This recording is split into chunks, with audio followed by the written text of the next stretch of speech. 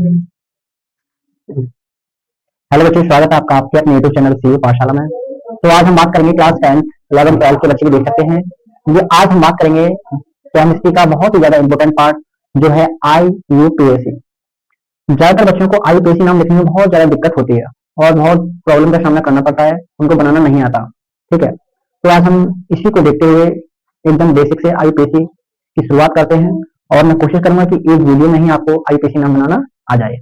ठीक है, इसे क्लास 10 के एग्जाम में IUPAC नाम आते हैं, अगर आते हैं तो आप आराम से आप उनको करके आ सकें। ठीक है, जो इस वीडियो का मेन उद्देश्य है क्लास 10 के बच्चे, ठीक है, ज्यादातर 11 क्लास में भी आती है IUPAC, 12 में भी आती है। ठीक है, बट ज्यादातर तो जिस उद्देश्य के लिए बनाई जा रही है वीडियो सिर्फ क्लास 10 के लेवल की है, ज्यादा हाई लेवल की नहीं है, और 12 वाले बच्चे भी इस वीडियो को देख सकते हैं। तो क्लास 10 आज हमें पढ़ना है IUPAC।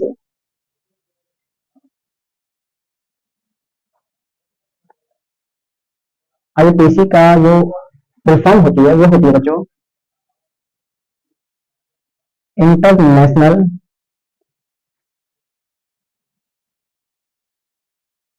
Union of pure and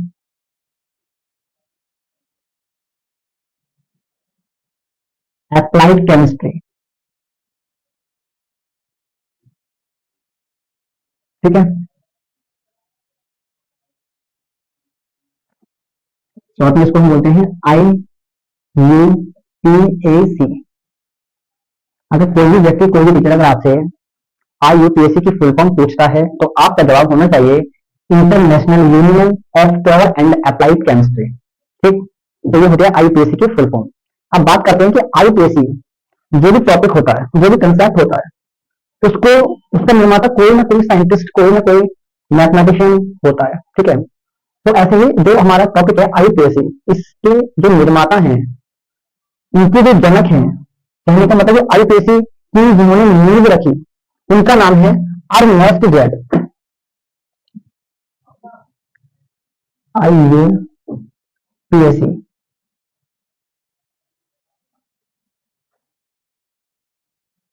IUPAC के जो जनक है बच्चों,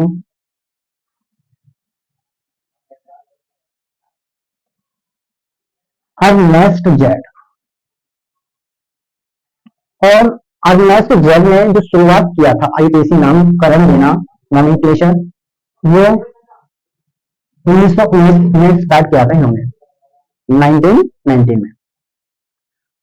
अब हम बात करेंगे कि IUPAC में जो एलिमेंट याद आपको रखनी होंगे उसकी बात करेंगे।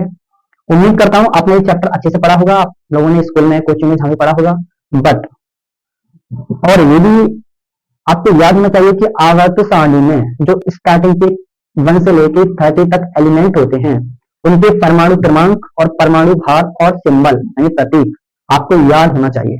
जिस बच्चे को याद नहीं है वो नॉमेनक्लेचर IUPAC का नामकरण नहीं कर सकता। ठीक है, क्लास 10 में कम से कम 30 परमाणु आपको याद होनी चाहिए तत्व, और क्लास 11 से तो पूरी आवर्त सारणी ही याद की जाती है। ठीक है, इसलिए क्लास 10 में ज्यादातर जो पूछे जाते हैं क्वेश्चन वो 30 तक ही पूछे जाते हैं। ठीक है, तो आज हम बात करेंगे कि इसमें जो IUPAC में परमाणु हैं, परमाणु हमारे हैं बच्चों आवर्त सारणी के अंदर 118, बट नेचर में जो प्रेजेंट है वो है 92। कितने हैं? 92। और 92 में से जिन पर आधारित IUPAC चलती है उन तत्वों को यहां पढ़ेंगे, यानी 118 तत्वों में से कौन कौन से तत्वों का योगदान है IUPAC में, उनको मैं आपको बताता हूं। IUPAC जानने से पहले आपको पता होना चाहिए इलेक्ट्रॉनिक विन्यास, पता होना चाहिए कि इलेक्ट्रॉनिक विन्यास किस तरीके से निकाला जाता है। उसके बाद आपको पता होना चाहिए Lewis dot symbol, Lewis dot प्रतीक। ठीक, इसके बाद आपको बॉन्डिंग होनी चाहिए। उसके बाद फिर IUPAC पे चलेंगे। जिसने कुछ नहीं पढ़ा, ना तो आपने यौगिक पढ़े हो, कंपाउंड, ना ही आपको कोई भी परमाणु याद हो, ना आपको कुछ भी नहीं आता, तभी आप IUPAC सीख जाएंगे। सिर्फ वीडियो को ध्यान से देखना। ठीक है, तो मैं सबसे पहले यहाँ पर लिखता हूँ कि IUPAC में सबसे ज्यादा इंपोर्टेंट है क्लास 10 में कौन कौन से परमाणु का योगदान है, कौन कौन से तत्व का योगदान है। तो यहाँ पर तो योगदान है तत्व का,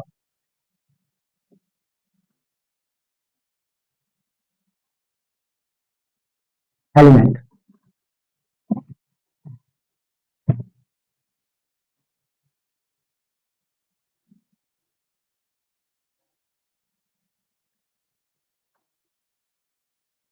कार्बन,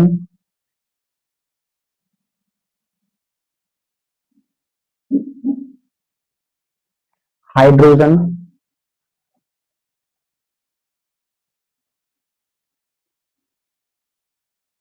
नाइट्रोजन,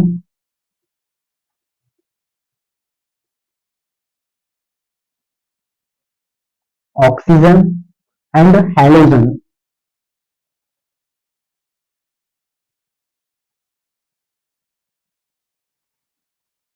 ठीक है, ये है।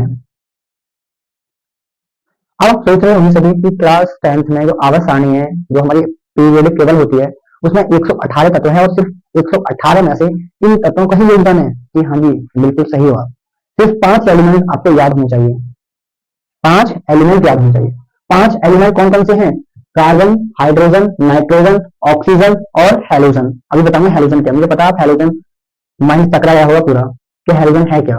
ठीक है, याद करो, कार्बन, हाइड्रोजन, नाइट्रोजन, ऑक्सीजन और हैलोजन। मैं सिर्फ आपको आईपीसी सिखाना चाहता हूँ, ठीक है, इस वीडियो के माध्यम से। इसलिए जो कुछ बताऊं उसका एक रिवीजन जरूर करना, जो समझना ना है उसको वीडियो को रिप्ले कर लेना दोबारा। ठीक है, और साथ साथ पहले वीडियो को देखना, उसके बाद इसको नोट करना नोटबुक में। याद होगा ना, कार्बन, हाइड्रोजन, नाइट्रोजन, ऑक्सीजन और हैलोजन, ये तो हमें याद हो गए। अब इसके हमें सिंबल पता होना चाहिए, सिंबल यानी प्रतीक। कुछ भी नहीं याद करना आपको आईपीसी में। ठीक है, जो बता रहा हूं सही याद कर लो।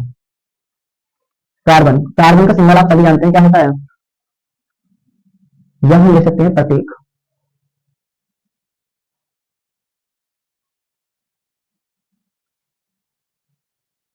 कार्बन का होता है सी, हाइड्रोजन का होता है एच, नाइट्रोजन का एन होता है, ऑक्सीजन का ओ होता है और हैलोजन का, तो हैलोजन को हम एक्स से दर्शाते हैं।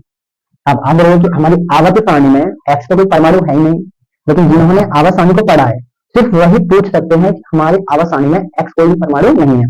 जिन्होंने नहीं पढ़ा उन बेवकूफों को पता है कि एक्स कोई परमाणु है, नहीं, एक्स कोई परमाणु नहीं है। तो फिर प्रतीक है कि हैलोजन, हैलोजन का मतलब है कि हैलोजन परिवार का तत्व। हैलोजन, अगर कोई आपसे पूछता है, ये 2 नंबर में आ भी चुका है क्लास 10th में, ये हैलोजन परिवार के तत्व किसे कहा जाता है, किन्हें कहा जाता है? तो समूह 17 के तत्वों को हैलोजन तत्व कहते हैं। क्या बच्चों? समूह 17 के तत्वों को हैलोजन तत्व कहते हैं। ठीक है, तो हैलोजन तत्व में कौन कौन से परमाणु आएंगे वो देखो। समूह 17 में हमारा आता है पहला फ्लोरीन, उसके बाद क्लोरीन, फिर ब्रोमीन, फिर आयोडीन।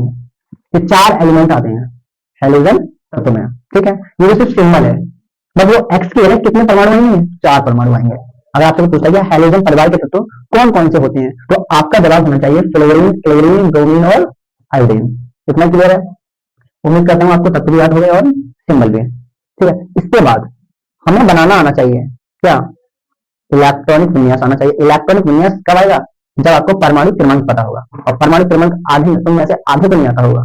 ठीक है, तो मैंने क्या बोला, मैं आपको सिर्फ आईपीसी बता रहा हूँ, इसलिए सिर्फ मेरे को 5 तत्वों के परमाणु क्रमांक आपको याद कराने हैं। इनके अलावा आपको 30 तक याद होने चाहिए, तो एग्जाम में आ सकता है इलेक्ट्रॉनिक विन्यास कराने के लिए, इसलिए 30 तक आपको एलिमेंट याद होने चाहिए। और मैं यहां लिखूंगा परमाणु क्रमांक, यानी एटॉमिक नंबर, परमाणु क्रमांक। कार्बन का जो एटॉमिक नंबर होता है वो होता है बच्चों क्या, कितना होता है बताओ? 6। कितना होता है? 6। हाइड्रोजन का परमाणु क्रमांक होता है 1, नाइट्रोजन का परमाणु क्रमांक होता है 7, ऑक्सीजन का परमाणु क्रमांक होता है 8। अब बात आएगी यहाँ पर कि यहाँ पर एक्स का यानी हैलोजन का परमाणु क्रमांक क्या होता है। अब बच्चों आपको दिख रहा होगा कि यहाँ पर अलग अलग एलिमेंट है, जब अलग अलग एलिमेंट है तो अलग अलग एलिमेंट के अकॉर्डिंग इनका परमाणु क्रमांक भी अलग अलग होगा। होगा नहीं होगा? हाँ जी होगा। तो यहाँ पर जो परमाणु क्रमांक होगा मैं अलग अलग बता रहा हूँ, ठीक है। ऐसे इसमें एक्स लिख लिया है, और जो पहले नंबर पर लिखूंगा फ्लोरीन का लिखूंगा परमाणु क्रमांक, किसका लिखूंगा? फ्लोरीन का। किसका लिखूंगा? फ्लोरीन का। फ्लोरीन का होता है 9। क्लोरीन का होता है 17। कितना होता है? 17। ब्रोमीन का होता है 35। कितना होता है? 35। और आयोडीन का होता है 53। कितना होता है? 53। ठीक है। कार्बन का 6, हाइड्रोजन का 1, नाइट्रोजन का 7, ऑक्सीजन का 8, फ्लोरीन का 9, क्लोरीन का 17, ब्रोमीन का 35, आयोडीन का 53, 53। ठीक है, याद हुआ? ओके। अब इसके बाद मैं आपको यहां बताऊंगा इलेक्ट्रॉनिक विन्यास।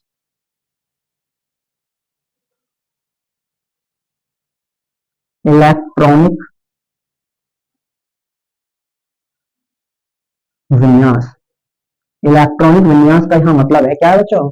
Electron configuration. Electron configuration. ठीक है। तो कार्बन का परमाणु क्रमांक कितना? 6 है। इसका आपको करना है इलेक्ट्रॉनिक विन्यास। इलेक्ट्रॉनिक विन्यास हम करते हैं किसके अकॉर्डिंग? यहाँ लिख दे रहा हूं 2, 8, 8, 18, 18, 32, 32। इसके अकॉर्डिंग के L M N O P Q, इस तरीके से क्लास चलती जाती है। वैसे हमारी जो क्लास 10th में क्लास होती है ना, वो 4 क्लास होती है। के एल एम एन यानी कक्षा कितनी होती है परमाणु की? 4 होती है क्लास 10th तक। के एल एम एन।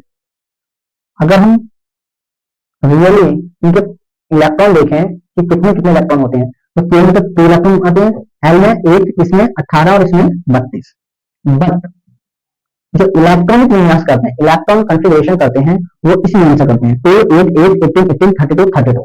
क्यों? तो इन सभी को जब आप ऐड करोगे ना, इन सभी को ऐड करोगे तो इनकल्ट में कितनी बचेगा? 118, 118। ठीक है, ओके। तो हमें करना है कार्बन का इलेक्ट्रॉनिक विन्यास। कार्बन का परमाणु क्रमांक कितना? 6। आप जानते हैं पहली कक्षा में कितने इलेक्ट्रॉन आ सकते हैं? 2। दूसरी में कितने आ सकते हैं? 8। बट 2 तो आ गई, 6 में से 2 तो कितने बचे? 4। तो दूसरी कक्षा में कितने इलेक्ट्रॉन आएंगे? 4। ठीक है। तो कार्बन के जो इलेक्ट्रॉनिक विन्यास है वो 2 और 4 होगा। ठीक है, तो ये कॉमन ले लीजिए। हाइड्रोजन का परमाणु क्रमांक 1 है, तो पहली क्लास में कितने आते हैं? 2, बट इसके पास कितने? 1। तो पहली क्लास में एक ही इलेक्ट्रॉन रहेगा। ठीक है। और देखिए नाइट्रोजन का परमाणु क्रमांक कितना है? 7। पहली क्लास में आप सभी को बताया कितने इलेक्ट्रॉन आते हैं? 2। दूसरी में आते हैं कितने? 8। बट हमारे पास 7 में से 2 गए तो कितने बचे? 5। दूसरी क्लास में कितने रहेंगे? 5 इलेक्ट्रॉन। ठीक है। ऑक्सीजन परमाणु क्रमांक कितना? 8 है। पहली क्लास में कितने इलेक्ट्रॉन आएंगे? 2। 8 में से 2 माइनस होंगे, कितने बचेंगे? 6। ठीक है। इसकी इलेक्ट्रॉन देखिए, इसका जो इलेक्ट्रॉन है बच्चों, ये हैलोजन परिवार का तत्व है। और मैं इलेक्ट्रॉनिक विन्यास इसलिए करा रहा हूं क्योंकि मुझे लूज डॉट सिंबल बताना है आपको। और लूज डॉट सिंबल के लिए उसमें अनपेयर और पेयर इलेक्ट्रॉन देखे जाते हैं, यानी युग्मित इलेक्ट्रॉन और अनयुग्मित इलेक्ट्रॉन। ठीक है, तो मैं आपको बता दे रहा हूँ कि इसकी लास्ट क्लास में फ्लोरीन हो, क्लोरीन हो, ब्रोमीन हो, आयोडीन हो। ठीक है, या आप इस तरह से कर सकते हैं, क्योंकि यहाँ थोड़ा टाइम लग जाएगा। और आप देख सकते हैं फ्लोरीन के वजह से पहले क्लास में 2 आएगा, फिर 9 में से 2 7। ये फ्लोरीन का 2 8 7। ऐसे इसका हो जाएगा, ऐसे ही इसका होगा 2 8 फिर 8। ठीक, कितने हो गए? 8 और 8 16, 16 और 2 18। 35 में से 18 माइनस करो, कितना आएगा? 17 आएगा। और चौथी क्लास में कितने लगते हैं? 18। ये कम आ रहा है, कोई दिक्कत नहीं। ठीक है, अब इसे देखिए 2 8 8। ठीक है, फिर कितना आ रहा है? 32 सॉरी 18। तो 18 इलेक्ट्रॉन आ गए। अब हम काम करते हैं 8 और 8 16, 16 और 2 18, 18 18 36। 53 में से 36 माइनस करेंगे तो कितने आएगा? 13 में से 6 गए तो 13 में से 6 गए तो 7, 4 में से 1 गए तो 17। इसमें कितने है? 17। ठीक है, तो मैंने जो इलेक्ट्रॉनिक विन्यास है ये तो फ्लोरीन के हैं, ये क्लोरीन के, ये ब्रोमीन के और ये आयोडीन के। ठीक है, ओके। इलेक्ट्रॉनिक विन्यास आपने सभी एलिमेंट के सीख लिए। तो हमें अब आवश्यकता है लुईस डॉट सिंबल, या हम देखते हैं बिंदु संरचना।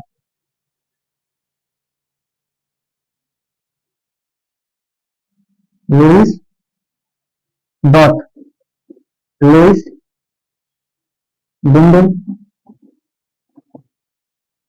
संरचना,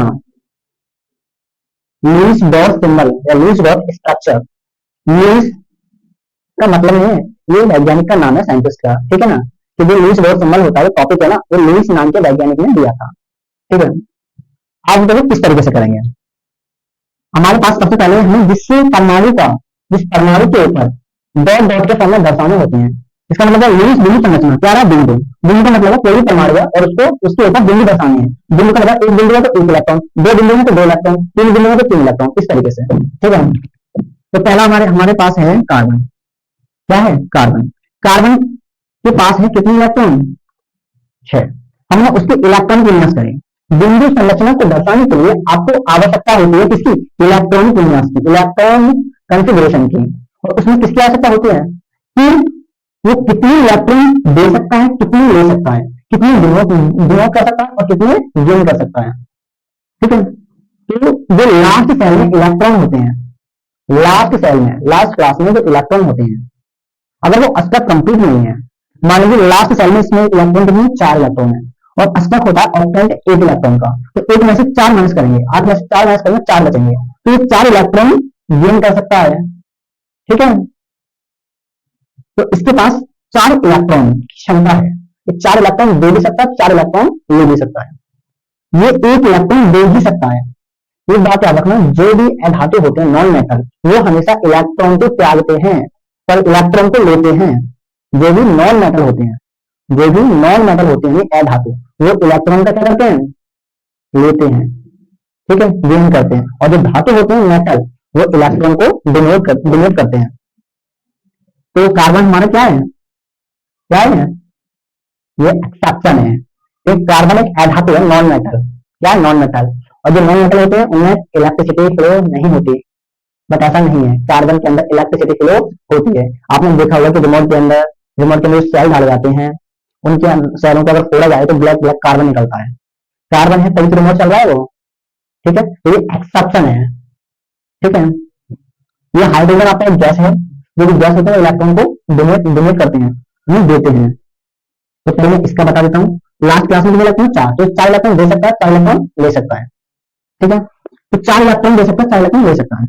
तो 4 इलेक्ट्रॉन को आपको दर्शाना है इस कार्बन पर इस तरीके से, 1 2 3 4। दर्शाने का तरीका होता है कि पहले एक एक इलेक्ट्रॉन को दर्शाओ।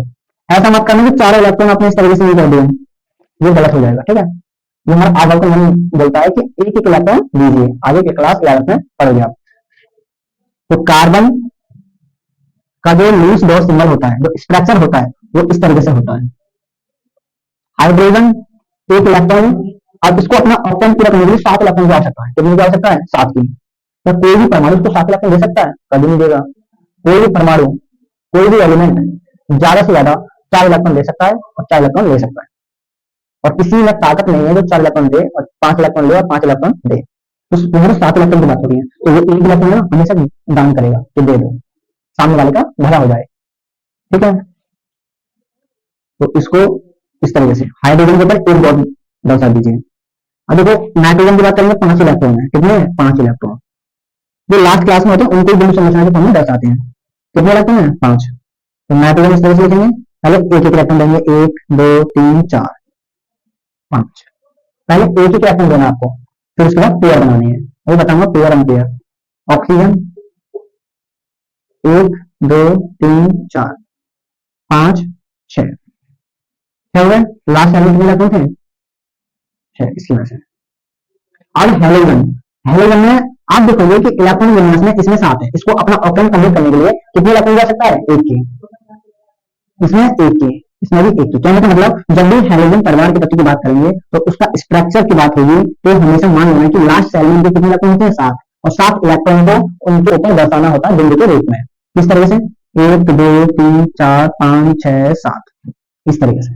अब इसके अंदर कोई भी परमाणु हो, मान लीजिए क्लोरीन है, तो क्लोरीन को भी इस तरीके से दर्शाएंगे, 1 2 3 4 5 6 7। ठीक है, या फ्लोरीन है, 1 2 3 4 5 6 7। जरूरी थोड़ी सी बनाओ, आप इसको बना सकते हैं। इसमें एक अंतर रहेगा, ऐसे ब्रोमीन का होगा, ऐसे ही आयोडीन का होगा। ज्यादा यूज में आते हैं फ्लोरीन क्लोरीन ब्रोमीन, आयोडीन बहुत कम यूज में आता है एपीएससी में। ठीक है, तो ये है हमारे लुईस बिंदु संरचना।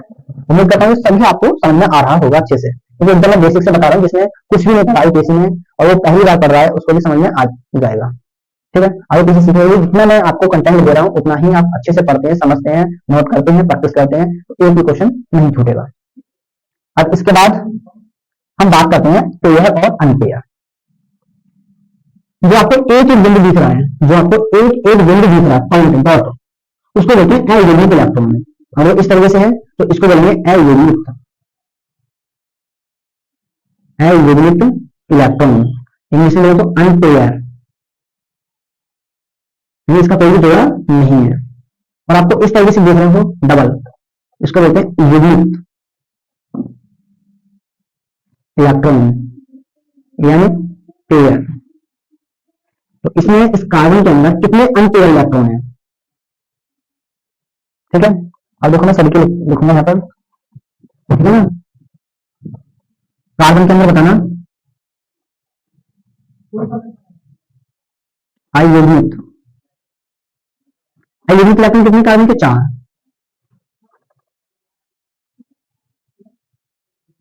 अनपेयर इलेक्ट्रॉन कितने हैं? ये मतलब अनपेयर, अन मतलब पेयर, ये मतलब अयुग्मित इलेक्ट्रॉन, ठीक है। जब मैं इस केस में तो अपने लिख रहा हूं यूपी, तो इसमें अयुग्मित इलेक्ट्रॉन 1 है। नाइट्रोजन कितने? 1 2 3, कितने हैं? 3। ऑक्सीजन में कितने हैं?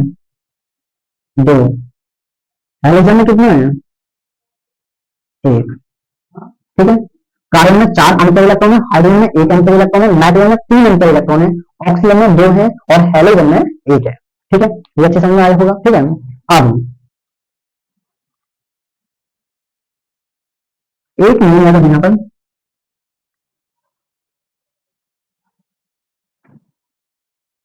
Number of unpaired electron equal to all in bonds.